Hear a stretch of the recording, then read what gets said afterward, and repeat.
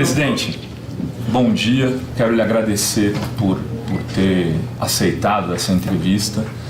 Eu, quando solicitava, dizia para o Crispiniano o seguinte: eu estou solicitando, mas eu prefiro que o Lula saia para fazer aqui fora, né? Então, que o senhor saiba que não só eu, mas muita gente também está torcendo para que esse seu caso se resolva o mais rápido possível. E eu coloquei no meu Twitter, que ia estar aqui, no meu pessoal, não no da Fórum.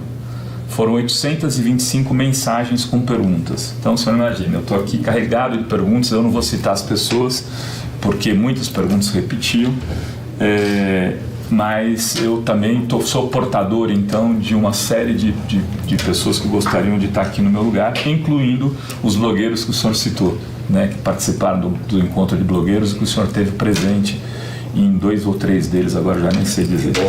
Presidente, para começar, eu queria fazer a seguinte pergunta. Segundo o artigo 288 do Código Penal Brasileiro, organização criminosa, formação de quadrilha, é a associação de mais de 3 pessoas para o fim de cometer crimes.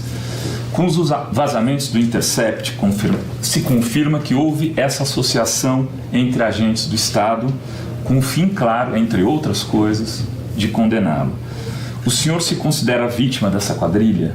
O senhor considera que o Moro e o Dallagnol são chefes de quadrilha? Considero. E o senhor pretende lutar contra isso no momento que sair daqui? Olha, para isso estou aqui. É importante reiterar para você uma coisa. Eu vou reiterar, eu poderia não estar aqui. Eu poderia estar em outro lugar do mundo. Resolvi vir para cá porque eu preciso provar de que o Moro é mentiroso, teve um comportamento canalha enquanto juiz, de que o Dallagnol é chefe de uma quadrilha, de um grupo de procuradores, e não estou falando agora porque o Intercept está dizendo, é só você pegar na minha defesa que você vai perceber que nas minhas defesas a gente já está falando tudo isso. Você vai lembrar que no primeiro depoimento que eu fiz para o Moro, eu disse ao Moro, olhando na cara dele, porque ele não permite que a cara dele apareça, é só a cara da gente que aparece, a dele está escondidinha, porque ele não tem coragem de olhar no olho. Eu disse para ele, olha, você está condenado a me condenar, porque a mentira contada foi tão longe que não tem como voltar atrás. Eles construíram, sabe, junto com os meios de comunicação. E quando eu falo da Globo, não é só a Globo, os outros também, mas eu falo a Globo porque a Globo é maior.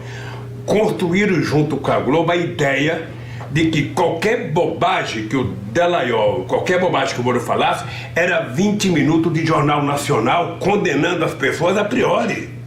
Ou seja, eles não queriam saber se tinha argumento contrário, era condenação pura. E por que eu digo isso? É porque tem 4 pessoas no mundo que sabem do que eu estou falando. Eu, porque sou a vítima e sei que sou inocente. O Moro, porque foi o algoz, ele sabe que eu sou inocente. O Dallagnol, porque sabe que eu sou inocente e que ele mentiu. E Deus, tá? Sabe que eu sou inocente. Por quê? Mas aquele grupo do Telegram tinha mais gente, né, presidente? Até muito mais gente do que o Dallagnol, do que o Moro. Não, veja, eu estou falando dele porque... eu estou lhe perguntando isso porque ali são agentes do Estado, né? É uma pena, para mim é uma pena, porque é o seguinte, olha, eu sou um cara democrático. E eu acho que a democracia, ela é sustentada por instituições, sabe, fortes. Então eu sempre achei o Ministério Público tem que ser forte. O Ministério Público tem que estar altamente qualificado. E se você pegar os discursos que eu fiz na posse de procuradores, você vai perceber uma frase minha onde eu dizia: o Ministério Público é tão forte e é tão importante que as pessoas que trabalham, sabe, tem que ter muita responsabilidade. O mesmo eu dizia para a Polícia Federal, é outra instituição que eu acho que tem que ser forte para garantir a democracia. A Receita Federal tem que ser forte e o Poder Judiciário não só tem que ser forte, como tem que ser neutro. As pessoas têm que julgar com base na lei. Esse é o pressuposto básico da compreensão que eu tenho dessas instituições. Ora, o que eles estão fazendo? Eles estão jogando no lixo essa seriedade que as instituições devem ter. A Bugenor jogou no lixo, a Dodge jogou no lixo, Você já viu, por acaso, eu fazer alguma reclamação dos outros procuradores? Do Antônio Fernandes, que condenou o Palocci, outros companheiros do PT, o Zé Dirceu? Nunca. Porque se respeitou uma certa lógica, sabe, de legalidade no processo. Essa turma não. Essa turma foi mordida pelo... Mas ali não foi o germe do processo que veio ele condenar, de alguma maneira? Não, muita gente diz isso. Ali eles aprenderam o seguinte, eles aprenderam, sabe, que tendo a imprensa como aliada, tudo fica mais fácil. Porque ali muita gente diz o seguinte, se o PT, se o senhor, se outras pessoas tivessem construído algumas barreiras, por exemplo, para impedir que pessoas como o Genuíno, ou Zé Dirceu, o caso do Genuíno é sintomático disso tudo, né? Se fossem condenados daquela forma que foram, talvez não tivessem chegado até... O Genuíno foi condenado.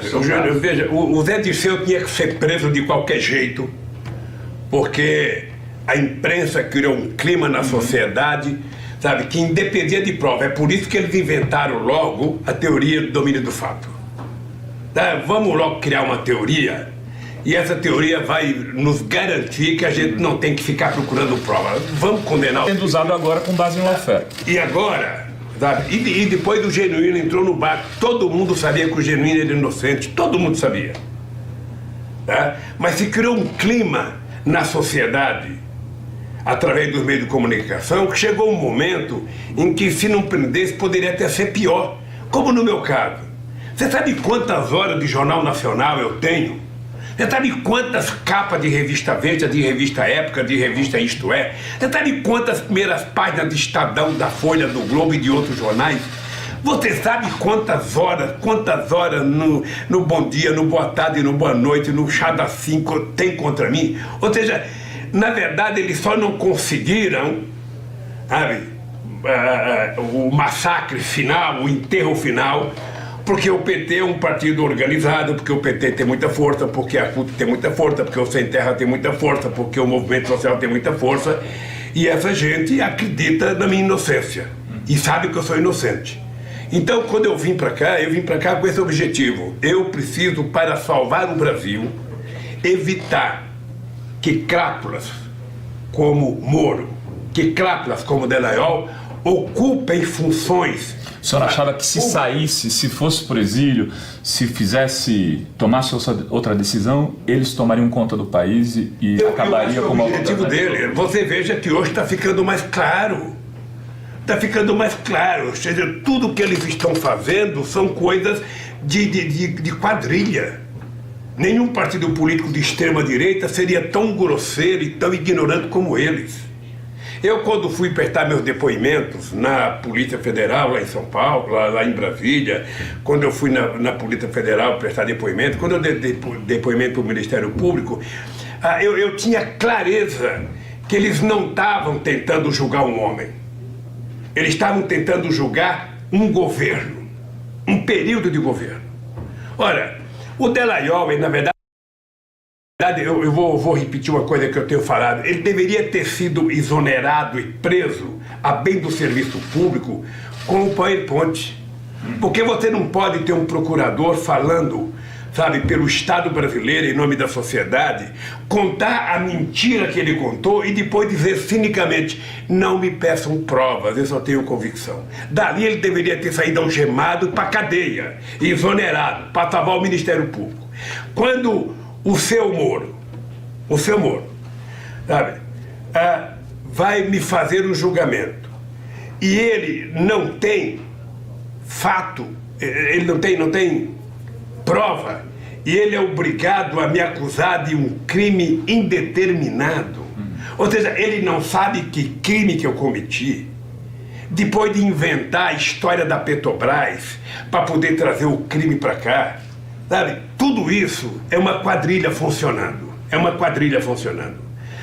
Então eu vim para cá, eu quero que você saiba disso. Eu estou aqui, eu gostaria de estar em casa, claro, mas eu estou aqui porque alguém nesse país tem que ter coragem de enfrentar essa canalha toda. O que eu acho? O senhor tomou uma decisão, então, um pouco diferente do Jango. O senhor preferiu ficar... não. Né? Não ia ser tratado como fugitivo, não ia ser tratado, não. Eu tenho cara... Sabe, tem um cara... São estratégias de ação diferentes. Essa cara aqui foi construída na porta de fábrica. Eu dizia que o único medo que eu tinha na vida era se eu pudesse mentir para os trabalhadores. E disso eu não abro mão. Agora o senhor não se arrepende nem um minuto. O senhor está 529 dias aqui. Não me arrependo, não me arrependo. Obviamente, eu não me arrependo. Eu gostaria de estar em casa, eu gostaria de... Claro. Agora o senhor achou que ficaria menos. Mas não... O senhor já disse isso em outras entrevistas, e inclusive para Monja Coin, no dia 30 de julho. A senhora daqui dizendo que o senhor achava que uma semana estaria livre. Isso não causa um certo... Causa uma certa frustração. Por quê? Porque quando eu vim para cá, havia a possibilidade de votar uma ADC. Eu nem sei o que é, mas já aprendi a falar ADC. Ou seja, e na semana que eu vim para cá, o partido que tinha entrado com a ADC, sabe, retirou a ADC. O PCdoB entrou com outra ADC e aí o Marco Aurélio, não sei porquê, não colocou em votação, ou não podia, ou a presidência não colocou em votação. Tudo isso poderia fazer com que eu ficasse mais desesperado. Mas um homem desesperado, ele tende a morrer precocemente. Então, como eu quero viver 120 anos, eu mantenho um equilíbrio. Como o senhor tem mantido o equilíbrio aqui dentro, presidente? Desculpa lhe perguntar, eu sei que é uma questão pessoal, mas o senhor faz 9 quilômetros de esteira, vê televisão... Assistindo, sabe, você pelo pendrive, sabe, assistindo todos os meus amigos da Globosfera no pendrive. Eu recebo muito pendrive, sempre com um dia de atraso. Sempre com um dia de atraso. O dia mais triste é sábado e domingo, que eu não recebo. Então eu vou ver vocês na segunda-feira, da sexta-feira à noite. Então estou lendo, sabe quando você lê o jornal velho, você vai no banheiro... Você já sabe que já passou, talvez a notícia seja outra. Antigamente ia no banheiro, tinha um jornal no chão, porra do chão, e eu ficava vendo notícia velha. Então eu na segunda-feira vejo notícia velha, vejo você falando do sábado, da sexta-feira, vejo outros companheiros falando. Então, eu me mantenho assim, e me mantenho... O que me fortalece, na verdade, é saber o seguinte: esse país não pode ser destruído, essa gente não pode destruir o país. Por isso que eu coloquei a questão da soberania nacional como o principal mote da chamada esquerda brasileira, dos setores sociais. Você deixar destruir a Petrobras, a Eletrobras, o BNDES, o Banco do Brasil, a Caixa Econômica Federal, foram essas empresas que suportaram o Brasil e que cresceu, porque a Petrobras não é uma simples empresa de petróleo. A Petrobras é uma empresa, sabe, que investe mais em tecnologia, em pesquisa nesse país. A Petrobras contrata milhares de pequenas... Eu tenho uma pergunta para o senhor do pessoal do Sindipetro, mas vou deixar para mais tarde. Podemos fazer uma outra pergunta antes disso, da Petrobras? Pode. Deixa eu lhe perguntar, o senhor é candidato a presidente da República em 2022? Olha, eu diria para você que eu espero que tenha outros candidatos. Eu já vou estar com 74, mais 3 anos, 77 anos. Se bem Então vai viver até os 120. Se bem que eu acho que eu vou estar novo, vou estar conservado, mas eu espero que nesse período a gente crie, sabe, novos companheiros. Nós temos vários companheiros, o PT tem 5 governadores, o PCdoB tem 1, o PSB tem governadores. Essa gente toda pode se cacifar. Você tá com... O senhor não falou o nome do Ciro. Eu vou falar agora. O Ciro Gomes está por aí tentando encontrar, sabe... O que o senhor está achando dele tentando encontrar?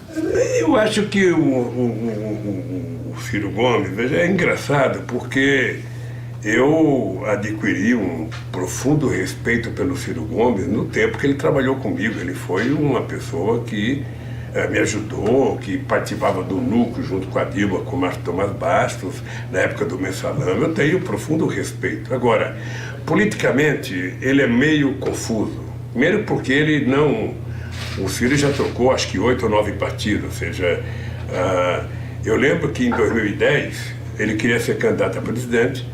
Eu e Eduardo Campos fizemos uma reunião. Para ele ser governador em São Paulo. Não, e decidimos para ele vir para São Paulo para ser governador. Ele aceitou se filiar em São Paulo, mas desceu no aeroporto, foi esculhambar o PT ou a Luiza Mercadante. Então, não dá. Não dá. Veja... O senhor fica magoado quando lê as declarações dele? Eu fico chateado. É como se uma pessoa amiga estivesse falando mal de mim.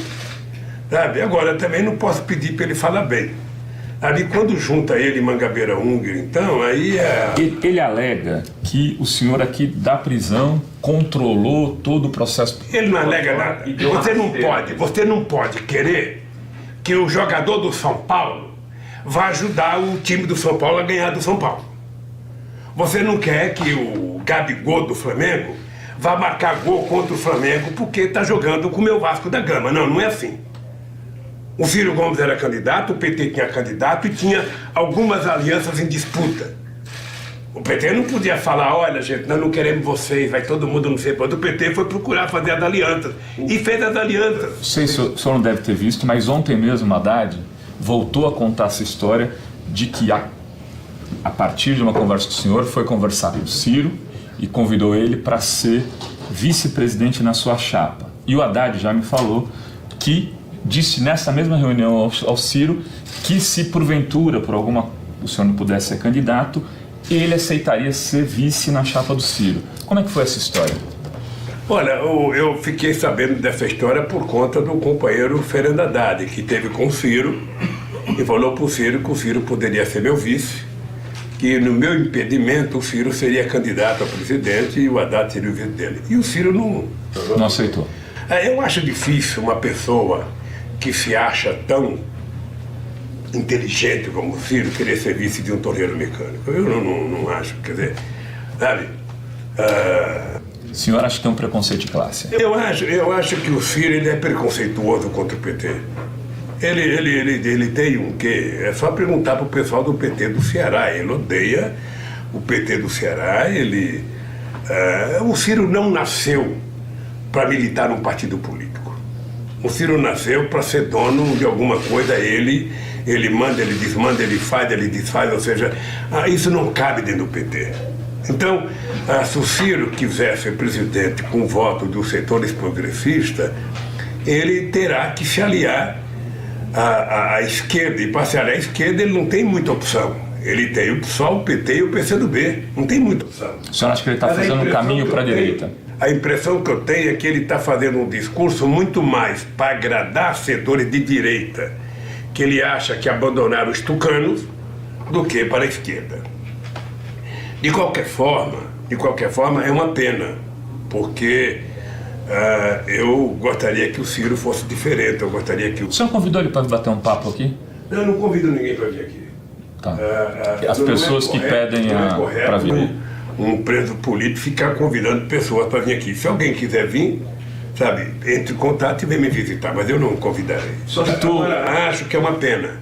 Acho que o Ciro não prejudica o PT com os ataques que ele faz ao PT. Ele acha que quando o Estadão gosta da matéria dele, tá bem, tá mal, Ciro. Se o Estadão gostou é porque você falou merda. Essa é a coisa correta. Se o Estadão gostou e deu manchete é porque você falou merda. Se você falar uma coisa boa, o Estadão não vai dar, a Folha não vai dar. É isso. Agora, se você quiser se iludir, sabe, você vai ser candidato outra vez para ter mais 11%. Falando em Estadão, vou lembrar que o senhor aqui na entrevista com a BBC disse que o senhor não lê a Veja há 30 anos pelos mesmos motivos, imagino, que do Estadão. A semana passada, o governador Rui Costa deu uma entrevista para a Veja que causou muita polêmica. O senhor leu essa entrevista? O que o senhor achou? Veja, eu quando se trata da Veja, eu prefiro não ver, eu peço para alguém conversar comigo. O senhor leu a xerox da matéria? Veja, eu acho que as pessoas precisam se preparar para as entrevistas. As pessoas têm que falar menos a palavra eu e falar mais a palavra nós. As pessoas têm que saber, sabe? O Rui Costa, quando ele dá entrevista, ele dá muita entrevista em função das coisas que aconteceram na Bahia, da aliança dele na Bahia. Ele tem que saber que o Brasil é totalmente diferente da Bahia. Ele tem que saber que parte dos aliados que ele tem na Bahia são inimigos do PT a nível nacional, que não vota com o PT e não votaram com a Dilma. Ele tem que saber. Olha, nem por isso o PT impediu que ele fizesse aliança. É uma coisa regional, faça. Então a impressão que eu tenho é que muitas vezes ele dá entrevista, sabe, a partir da lógica do mundo dele, sabe? Mas ele tem que pensar um pouco no Brasil, para ele perceber que as pessoas que estão com ele na Bahia não estão com o PT no maior lugar do Brasil. Não é por culpa do PT, não. É porque as pessoas têm outros compromissos. É apenas isso. Agora, o Rui é uma pessoa que eu gosto muito. O Rui é um cara preparado, um companheiro, sabe, que o Jacques Wagner apostou nele. Você sabe que eu tinha um candidato na Bahia que era o Zé Sérgio Gabrielli. Sabe? Mas aí não deu certo e o Jacques indicou o Rui está fazendo um bom governo, de vez em quando tropeça aqui, todo mundo que governa tropeça aqui, tropeça ali, mas eu acho que o Rui é um bom cara, e toda vez que você for dar uma entrevista, você tem que estar preparado para as perguntas que são casca de banana. De vez em quando, você não acha que o PT está muito subordinado ao Lula? Para o cara tentar mostrar não, porque ele quer a palavra não, sabe? Então o cara precisa se preparar. Mas eu vi a entrevista, não sei se você sabe que a Veja está pedindo para fazer entrevista comigo. Eu fiquei sabendo ontem à noite.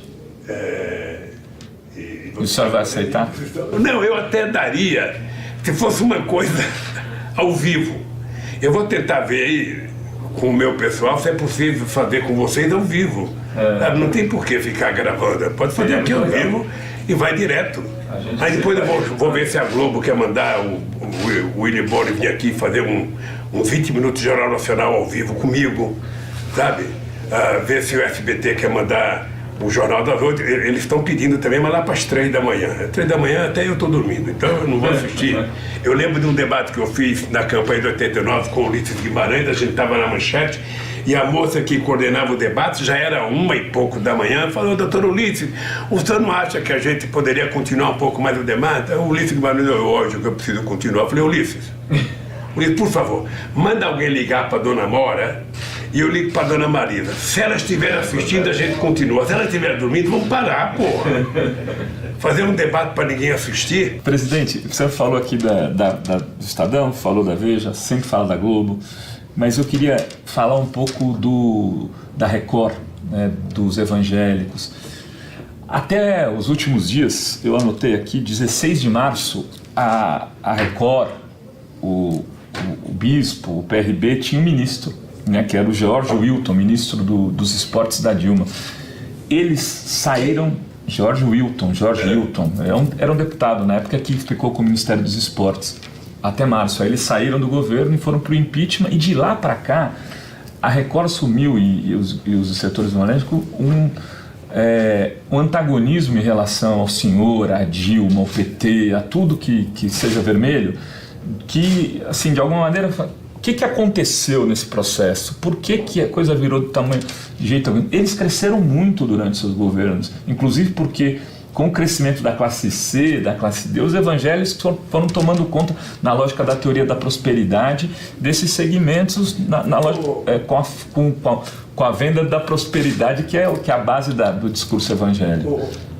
Rovai, talvez eu tenha cometido um crime de ser republicano. Porque essa gente sabe que eu nunca conversei com eles pedindo alguma coisa para o governo. Nunca. Eu nunca senti a Record favorável ao governo. Nunca. E nunca pedi para ser favorável. Nunca pedi para o João da Bandeirante ser favorável ao governo. Nunca pedi para o Silvio Santos ser favorável, e muito menos para a Globo. A única coisa que eu pedia era que fossem honestos na divulgação. Informação é informação. Mas agora eles não são só... Eles assumiram. Isso é ruim.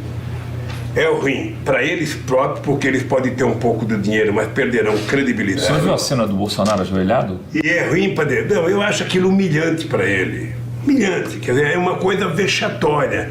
Aquela coisa que é forçada. Quando você fala um palavrão que ele sai como força de expressão, é até bonito. Mas quando você prepara o palavrão, ele fica feio.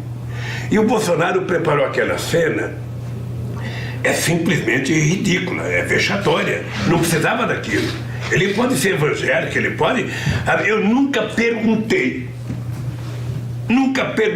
para um ministro se ele era... qual era a religião dele. Nunca perguntei para um general qual era a religião. Eu nunca perguntei nada. Cada um segue a religião que quiser. Ponto pacífico. Agora ele tudo que ele faz é meditado, é pensado. Chega aí, vai ficando tudo meio feio, meio, sabe, tudo é acanalhado. Quer dizer, sinceramente, eu acho ruim por meio de comunicação, acho ruim porque o Collor não vai ser presidente, sabe, a vida inteira. Em algum momento ele sai, o Bolsonaro, sabe? Eu não sei porque de vez em quando eu falo Collor, sabe? Eu vou escrever aqui Bolsonaro, sabe? Para não esquecer do nome do presidente, é porque ele anda meio desaparecido.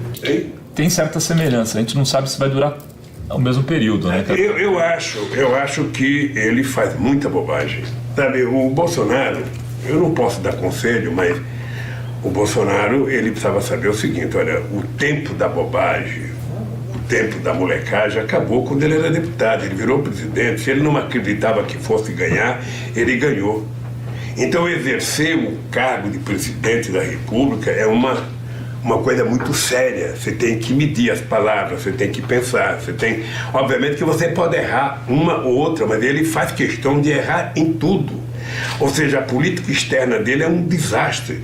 Você não ouve nesse governo há quase 9 meses uma palavra chamada de desenvolvimento, uma palavra chamada crescimento, uma palavra chamada distribuição de renda, uma palavra chamada aumento de salário, sabe, não existe, só existe a palavra de controle de gastos, só existe a palavra de ajuste, sabe? E o ministro da Economia com uma loucura, sabe, de juntar 1 trilhão. Eu não sei para que ele quer 1 trilhão. Sabe, do que vale você ter 1 trilhão se o povo está passando fome, se o povo está desempregado, se o povo está sem salário, se o povo está sem condições de morar, até dinheiro de pesquisa. Se o nosso soldado, como é que a gente pode querer fazer uma guerra com a Venezuela se os nossos soldados não têm dinheiro para almoçar? Sabe, então, eu acho que o Bolsonaro, ele está utilizando o cargo de presidente para criar uma imagem muito negativa da instituição Presidência da República. O fato de uma parte da sociedade ter votado nele porque negou a política, porque você está lembrado que eu dizia antes, toda vez que a sociedade de um país nega a política, o que ela ganha é pior. O senhor acha que a antipolítica foi o fator decisivo e não o antipetismo? Eu acho. Porque assim tem essa coisa, o antipetismo. Mas o Alckmin teve 4,7% dos votos. Essa é outra bobagem do antipetismo. O antipetismo é o mesmo do antiflamenguismo. Ele existe, evidente, mas a antipolítica talvez tenha sido maior. Existe o antitudo. Não tem na história da humanidade, com exceção do Partido Comunista Chinês e o cubano, alguém que seja unanimidade, 100%. Veja, não tem. Vamos pegar o meu exemplo. Eu, quando deixei a presidência da República, em dezembro de 2010, eu tinha 87% de bom e ótimo, 10% de regular e 3% de rio péssimo, que era no comitê dos tucanos, tá? Mas ninguém consegue chegar a 100%. Então não existe esse antipetismo. Existe o antipetismo como existe o antitudo, o anticorintianismo, o antipalmeirismo, o antisantista, sabe? O que acontece é que um partido ele tem uma quantidade de votos. Eu pego sempre o PT italiano como exemplo da década de 80 e 90, que era o maior partido comunista do Ocidente, em que ele tinha entre 30% e 36% de votos. Ou seja, ele nunca chegava ao poder, sempre perdia para a aliança feita pelo Partido Democrata Cristão. Ora, eu descobri que o PT não chegaria à presidência com 30% em 2002. É por isso que eu fui procurar o meu querido e saudoso companheiro Zé Alencar. É porque quando eu vi o Zé Alencar fazer o discurso de 50 anos da vida empresarial dele, eu falei, puxa vida, encontrei o meu vice. Sabe, um empresário porreta falando o discurso que o povo entende. Aí fui lá convencer o Zé Alencar a vir para a candidatura. Fui convencer ele a entrar no PR, porque ele não podia vir para o PT. Ou seja, e aí nós construímos 20% que faltava para eu ganhar as eleições. Então, o PT vai disputar as eleições, eles têm 30%. Ah, mas o PT só tem 30%, eu quero saber quem tem mais. Agora, eu quero saber qual é o mundo, sabe, que algum partido começa umas eleições com 30%. Sabe? O Haddad perdeu as eleições, mas na lógica da direita brasileira, o Haddad ter 45% dos votos é muito voto nesse país. É muito voto. Ou seja, com a política de destruição do PT, com a política, sabe, a manipulação da Lava Jato, a manipulação do Moro, os fake news, as mentiras contadas, ou seja, você imagina uma coisa, um candidato que não participa de um debate se recolhe e na época do debate mostra ele, coitadinho, tomou uma facada, não pode ir em debate, ficava passando mensagem na tentativa de fazer dele um beato, um santo. Então, o PT é a força política mais organizada e mais forte desse país. E por isso o PT tem adversários. Você vai no Rio de Janeiro, sabe? O Flamengo tem a maior torcida, mas tem inimigo pra caramba. Você vai aqui no... Agora, presidente, dentro do campo progressista, tem muita gente que fala, o PT só quer sempre ele ter o protagonismo principal.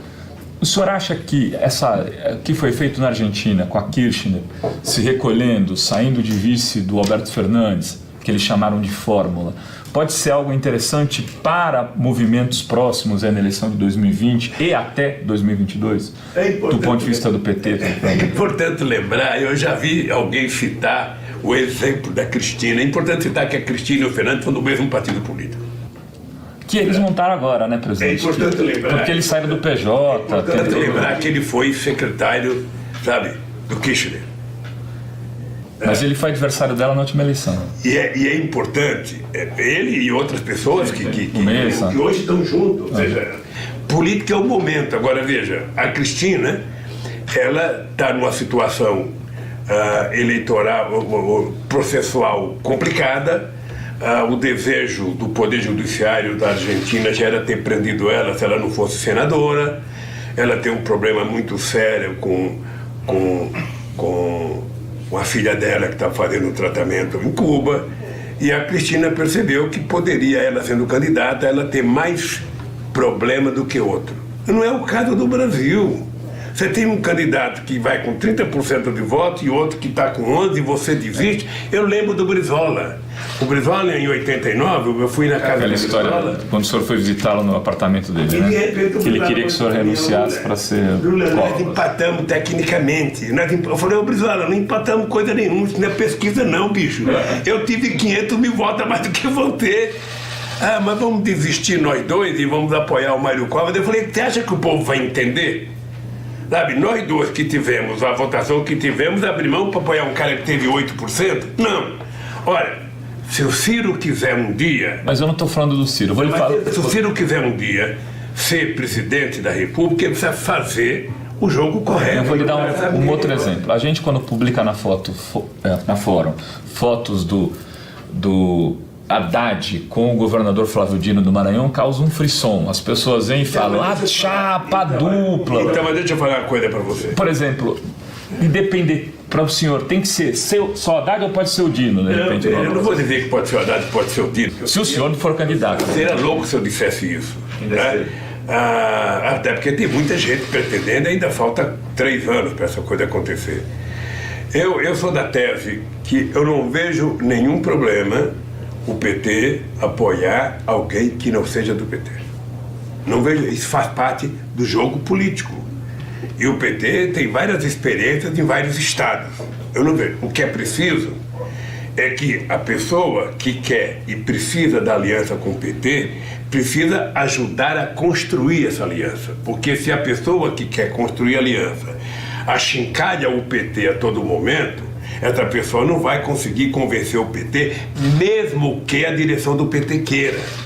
Porque o PT, diferentemente do que fala do PT, o PT é o único partido do planeta Terra que a nomenclatura não quer dizer nada.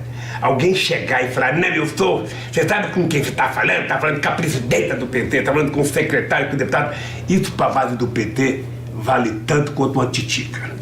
A pessoa é, no PT, respeitada pelo que faz, pelo que trabalha. Então, eu não vejo nenhum problema do PT fazer uma aliança política. Não vejo nenhum problema do PT não ter candidatura própria. Eu mesmo, Em junho de 2011, estava em Bogotá, junto com meu amigo Eduardo Campos, junto com a esposa dele, a Renata.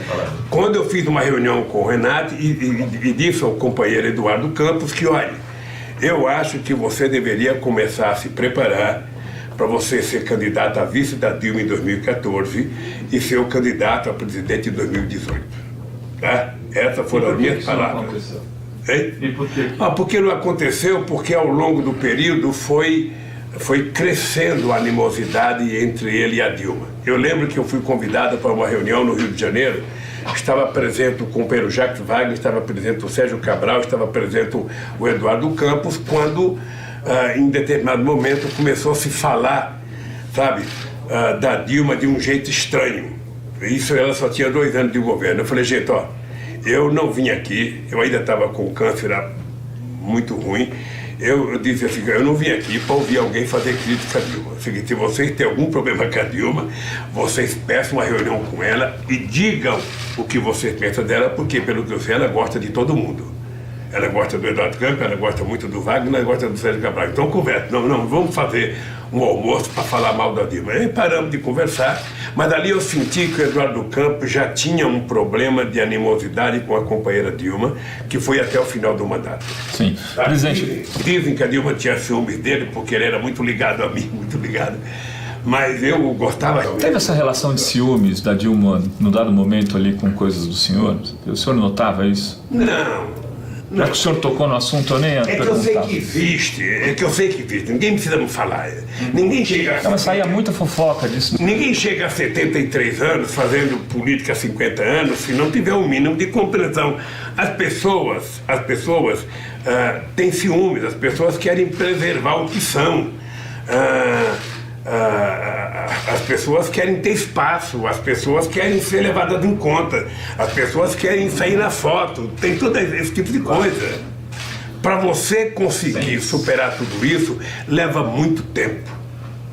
Você veja uma coisa, eu fui 13 anos, eu fui presidente do PT durante 10 ou 12 anos. Eu não disputei a presidência do PT nenhuma vez, porque todas as vezes que eu fui presidente, eu fui indicado pelos companheiros por unanimidade. Não tinha disputa no cargo de presidente, tinha disputa nos outros cargos. Quando o senhor foi candidato a presidente, teve disputa, né? Com o Suplicy. Teve uma disputa que eu não participei. Não sei se você lembra, eu não participei, eu não me inscrevi. Eu falei, se o Suplicy quiser ser candidato, ele tem o direito de ser. O PT fez uma campanha para ele foi fazer debate em vários lugares, eu não fui nenhum.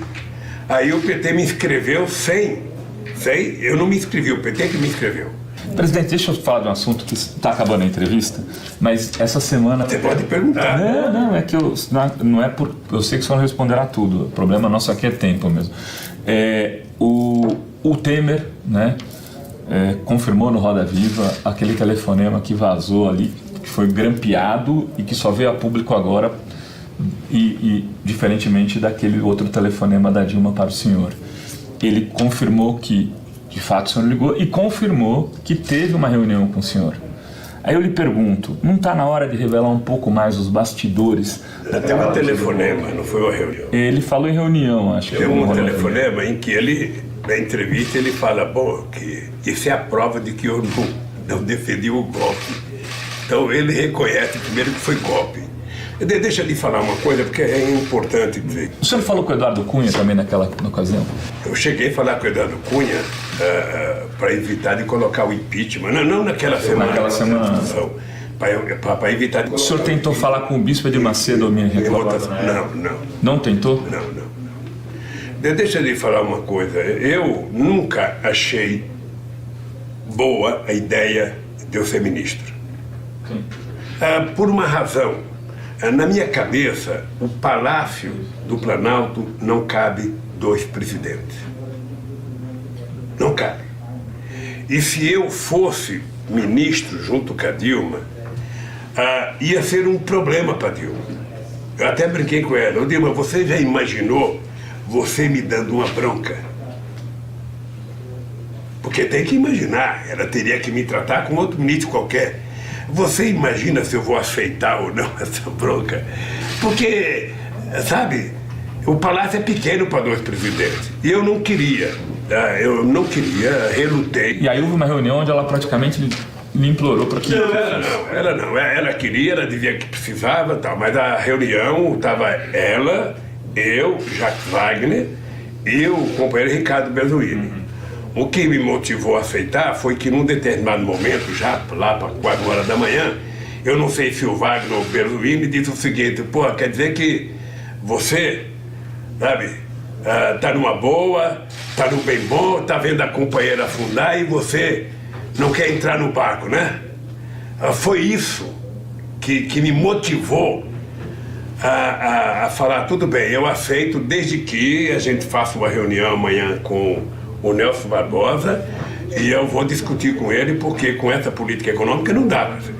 Aí tive uma conversa com o Nelson Barbosa, eu disse que ia para São Paulo e que só voltava na terça-feira para tomar posse. Quando aconteceu, quando ela telefonou, eu estava no aeroporto assistindo a entrevista daquele canalha do Delcídio para Globo News, em que é a entrevista mais preparada, mais azeitada do mundo para ele culpar o PT, sabe? Então, quando ela telefonou, o que acontece, na verdade... Aquele telefonema também...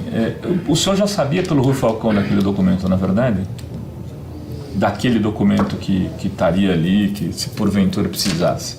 Qual documento? Que o tal do Messias ia levar. Que era o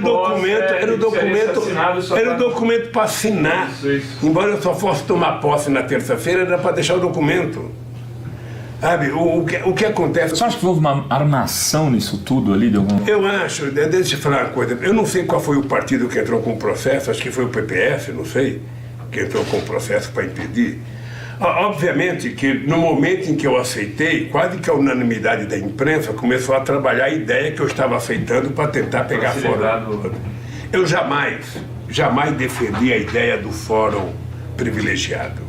E jamais eu tenho tanta consciência da minha inocência que a única coisa que eu quero é poder provar, sabe, a minha inocência, que já provei e que eles provam a minha culpa. Por isso é que eu espero que a Suprema Corte tenha na mão a responsabilidade de colocar o Brasil nos eixos. Nós vivemos um período em que um juiz de primeira instância, sabe, deitou e rolou em cima desse país. Ele podia mais que Deus. Se Deus pedisse para vir aqui, ele ia dizer não. Tá? Nós tivemos um momento em que o Ministério Público da Lava Jato ameaçava o Procurador-Geral da República, ameaçava o Presidente da República, ameaçava o Senado, ameaçava a Câmara dos Deputados, ameaçava a Suprema Corte, ameaçava o Superior Tribunal de Justiça. Ai de quem não concordasse com o seu Dallagnol e com o seu Moro. Então agora chegou o momento de colocar a casa em ordem. Tá? O que nós queremos? O que nós queremos é que todas as denúncias de corrupção sejam apuradas corretamente. Por isso foi o PT que mais criou mecanismo de apuração de corrupção nesse país. Pegue todos os partidos juntos que não criaram as condições que o PT criou. E para que nós criamos? Para apurar a corrupção. Agora, o que nós queremos é que todo acusado, antes de ser condenado previamente por um procurador na imprensa, por um ministro, por um juiz, ele seja julgado, tenha direito de defesa e que o juiz se pronuncie em função dos autos processuais. Tá aqui, eu tenho prova que o Rovai cometeu um crime. Então, se tem prova, tá, o cidadão vai ser condenado. Se não tem, o cidadão tem que ser absolvido. E eu estou implorando, eu quero a prova que eu cometi um crime. Agora, eu tenho prova que vocês cometeram o crime. Vocês mentiram. Vocês não aceitaram testemunha. Vocês não ouviram provas. Então eu tenho. E agora está mais do que provado que é uma quadrilha que está organizada para pegar 2,5 bilhões da Petrobras, para pegar dinheiro nos acordos de leniência. O senhor falando que eles cometeram crime, eu fiquei lembrando aqui, presidente, da história do celular do Cunha, né? O celular do Cunha não foi apreendido pelo Moro, diferente, por exemplo, do tablet do seu neto. Do meu neto foi.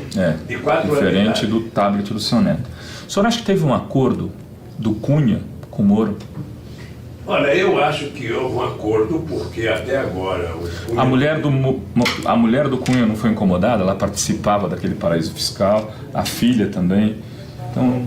Eu não sei de detalhe. A única coisa que eu sei é que é muito estranho que você prenda o presidente da Câmara e você não tenha forçado para ele fazer uma delação como forçaram os outros, e você não tenha pego o celular, que todo mundo teve o celular preso. Então eu não consigo entender. Mas eu acho que ele tem que explicar para a Suprema Corte isso. Quem sabe agora, eu acho que a Suprema Corte tem a chance, de fazer com que nunca mais se repita no Brasil um juiz que haja com a canalice que o Moro agiu. Eu estou dizendo pelo meu caso. Eu não estou dizendo por outros casos. Se ele, por acaso, fez um julgamento correto de um empresário e mandou prender o empresário, isso faz parte da legislação brasileira. O que não pode é fazer a canalice dele de quebrar as empresas brasileiras, de quebrar a Petrobras. Além de quebrar, eu vou chegar na Petrobras. A FUP, então, ele enviou essa pergunta, que se a Petrobras, no seu governo, chegou a 13% do PIB nacional, foi responsável por 13% do PIB nacional e tem caído, acho que está para baixo de 7% agora. Destruiu milhares de empregos, esses empregos estão sendo exportados, engenharia nacional foi toda por água abaixo. Se o senhor pode dizer que a omissão da Justiça e do Ministério Público frente a esses crimes da Lava Jato é uma ameaça à democracia? Ameaça. O que acontece? Veja, você tem 3 grandes mentiras contadas, ou seja, você tem o PowerPoint, que é uma grande mentira contada, você tem o impeachment, que foi uma mentira contada, e você tem o voto do Moro, que é uma mentira contada. E agora tem o voto da outra juíza, já no caso de Atibaia, que a mentira é pior ainda. O que acontece? Essa gente construiu uma mentira e não tem como sair, não criaram, como diria o Capilé, não criaram rota de fuga.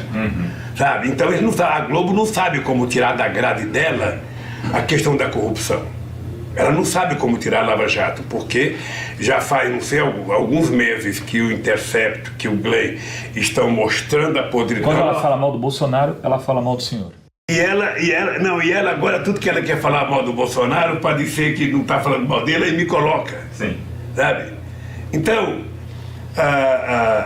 eles não sabem como se livrar disso. Não sabem. Então, o que eu acho? Eu acho que está na hora de retomar as coisas corretamente. Eu acho uma pena, e por isso que os meus advogados, nós estamos abrindo processo nos Estados Unidos, nós vamos atrás da falcatrua. Tinha muita coisa para perguntar. Nós vamos atrás da falcatrua. É preciso ter coragem para brigar. Quem não tem coragem não briga. Quem delata é porque roubou. Então eu gostaria de fazer uma delação, sei lá para quem, para Deus, contra o Moro e contra o Daniel. Então eu acho que nós temos a chance agora de colocar o Brasil nos trilhos. Porque o que está acontecendo nos vazamentos, que a Globo nega e esconde todo santo dia, mas acontece que a sociedade fica sabendo por causa de vocês, por causa da internet, por causa da coragem de vocês. Eu sei que você está sendo processado, eu sei, não perca a coragem não, vá para cima. Sim. Porque nesse país, a única derrota que a gente tem é se a gente não tiver coragem de lutar. Por isso, os companheiros da FUP, os companheiros da FUP não têm que se comportar como petroleiro, têm que se comportar como cidadãos brasileiros e fazer uma forte campanha em defesa da soberania nacional e em defesa da Petrobras. Porque defender a Petrobras não é defender o emprego, é defender a maior empresa de investimento nesse país. Uma empresa que chegou a ter 13% do PIB, mas uma empresa que foi transformada por mim na Bolsa de Valores de São Paulo, na segunda empresa de petróleo do mundo, e era a empresa que saiu de investimento de 3 bilhões de dólares por ano para 30 bilhões de dólares por ano. O Estrela esteve me visitando aqui. O Estrela falou: presidente, o senhor tem que assumir que foi o senhor que descobriu o pré-sal, não fui eu, não foi o petroleiro. Mas então diga você, não vou eu dizer que fui eu. E ele diz isso por quê? Por causa do investimento. Somente o investimento em pesquisa que nós fizemos é que permitiu a Petrobras descobrir a maior reserva de petróleo do século XXI, que poderia dar a esse país o status de grande potência e que está transformando esse país, naquela coisa maluca de vítima da vaca holandesa. Presidente, eu tenho só mais uma pergunta para fazer, porque já esgotou o nosso tempo. Mas se você fizer duas, ele não vai te prender. Eu vou juntar duas numa. Vou fazer a pergunta do Jean, dizendo que o Jean está exilado. E eu pedi então para ele que ele enviasse uma pergunta que eu iria fazer. Ele pergunta o seguinte: o que o senhor tem a dizer dos setores de esquerda que insistem em menosprezar as misérias produzidas pelo racismo, homofobia e pelo machismo? E se a esquerda do século XXI não teria que abordar mais essas pautas? E aí eu tenho uma questão para ele fazer, porque o senhor falou do governo Bolsonaro e tudo. Tem um movimento de direito já lá na PUC que o pessoal que foi lançado na PUC, pensado em articular frentes mais amplas para o centro, com o PSDB. O que o senhor também acha disso? Primeiro, se você puder dar uma mensagem para o Jean Willis, diga que ele tem toda a minha solidariedade, que eu tenho um profundo respeito por ele e que eu acho que o Brasil precisava de mais pessoas com a coragem dele. Eu acho que nem sempre a esquerda é avançada para defender determinados temas. Muitas vezes as pessoas preferem ficar no seu conforto, sabe, de estar bem com todo mundo. E eu acho que nós temos que lutar para garantir que liberdade seja liberdade de verdade, não tem meia liberdade. A pessoa nesse país tem que ser o que é, assumir e tem que ser respeitada. Tá? Por isso, do meu carinho, do meu respeito pelo Jean Willis. Com relação à frente ampla, que eu vejo falar muito, eu já vi você comentar, sabe, nas suas salas, já vi outros companheiros comentarem em outros blogs. Deixa eu dizer, e é engraçado porque eu vi uma tentativa de culpar o PT. Não, porque o PT não dá a mão para ninguém, porque o PT não foi no fórum, porque o PT... A pergunta que eu faço é o seguinte: em política vale muita coisa, mas não vale nem canalice, nem hipocrisia. O que o PT teria que fazer numa frente? Eu vou lhe dizer uma coisa que eu nunca contei para ninguém aqui. A Gleice esteve comigo antes do encontro. E eu sugeri para a Gleice: você deve ir, leva a Luiz Mercadante, leva o Haddad, convida o Boulos para ir e leva a Dilma. Entre naquele plenário com a Dilma para perguntar para aquelas pessoas que estão lá se a briga por direitos pressupõe discutir o impeachment da Dilma. Porque não dá para você ficar achando que é o PT que não quer participar democraticamente contra a frente.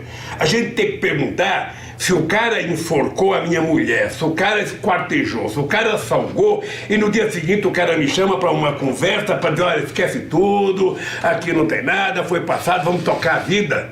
Não. Não. O PT não vai aceitar isso. Não dá para você construir uma frente ampla para defender direitos com quem tirou os direitos, com quem fez o impeachment, com quem tem medo. Eu nunca pedi, e o PT nunca vai pedir para participar do encontro só se defender o Lula livre. Tem coisa mais importante nesse país, sobretudo para os pobres. Tem coisa mais importante que é o emprego, que é a educação, que é o feijão, o arroz, o leite, o café, a manteiga, para as pessoas mais pobres. Não é o Lula livre que é a coisa principal. Mas as pessoas não podem abdicar de um petista gritar Lula livre. As pessoas não podem. Isso não pode ser uma afronta. Sabe? Então, eu acho que o PT não tinha que participar mesmo. Sabe? Sim, teoricamente o PT não devia participar. Mas eu pedir para a Gleice que ela deveria ir para fazer uma afronta. Para perguntar de que direito nós estamos falando. Com que direito aqui? Com Serra, que entregou a Petrobras para a Chevron, que quebrou a lei que quer quebrar a lei da partilha, que aprovou, que foi o autor da emenda 95. Com que direito para participar? Com Zé Aníbal. Tem uma coisa que é o seguinte: a Dilma deixou de estudar um tempo para ensinar o Zé Aníbal a aprender matemática para passar no vestibular. E depois aquele canalha deu o voto que deu contra ela, sabe, no impeachment. E a Dilma vai lá fazer o quê? O PT vai lá fazer o que, gente? Então vamos esquecer. Esse negócio da prisão do Lula não vale mais nada. O negócio do impeachment não vale mais nada. Esse negócio de Getúlio Vargas acabou. Era tudo, aquele direito de Getúlio Vargas era tudo muito ruim. Eu vi o Temer no Roda Viva dizer: não, quem está falando que nós tiramos direito é ignorante, porque no artigo 5º da Constituição está lá direito. Está o direito, mas tem que ser regulamentado. E quem regulamentava era a CLT. Sabe? O capítulo 5º da questão social na Constituição é tudo preceitos gerais que você precisa depois regulamentar. Todo mundo tem direito à casa, quem é que vai dar? Todo mundo tem direito à educação, quem é que vai dar? Todo mundo tem o direito de um monte de coisa, mas não tem. Então, o que o PT fez de errado? O PT tentou consagrar aquilo em direitos concretos. Por isso é que nós subsidiamos casa para as pessoas que ganham pouco, porque o cara que ganha R$1.000 não tem como pagar 400 de aluguel, ou ele come ou ele paga aluguel. Por isso é que nós garantimos de pobre para a universidade, sabe? Pobre para a universidade com bolsa. Olha, qual é o problema de investir em bolsa e financiar estudante? Da mesma forma que você financia o empresário, você financia o estudante. Veja quanto de trilhões os Estados Unidos têm de financiamento de bolsa. Agora, aqui no Brasil, eles tratam a educação como gasto e colocam um analfabeto para ser ministro da educação, não um analfabeto preparado como eu. Porque eu, sinceramente, não troco meu diploma primário pelo diploma universitário daquele cidadão. Porque, além de ser ignorante, ele é grosseiro. Ora, então, um país que não trata a educação com respeito, um país que acha que investir em universidade é gasto, investir em ensino universitário é prejuízo, que não pode investir em pesquisa, que não pode financiar bolsa, que não pode... Onde que esse país vai ser?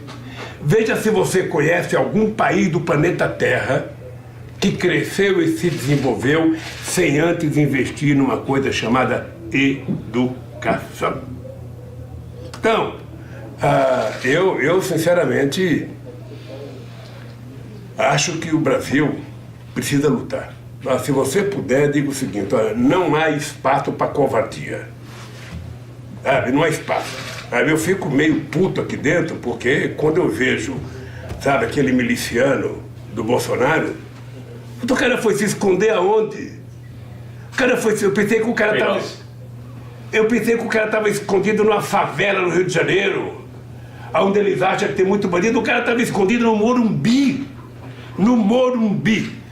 E ninguém foi atrás para saber quem é que alugou a casa para ele. Do lado do Palácio dos Bandeirantes. Na casa de quem que ele está? Ele paga aluguel? Sabe, não, se fosse um petista, já tinham prendido, feito coerção, tá torturado para saber. Então, enquanto, gente, o PT e a sociedade não for para a rua, com muita coragem, sem medo, fazer como esse pessoal da vigília.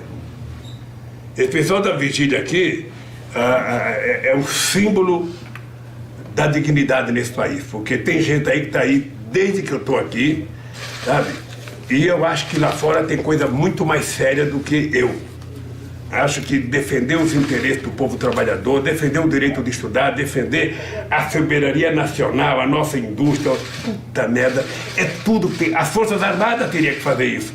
Ao invés daqueles generais ficar andando atrás do Bolsonaro, tentando agradar ele, deveriam estar se preparando para defender a soberania nacional, para defender as empresas, para defender a nossa biodiversidade, para defender a nossa Amazônia.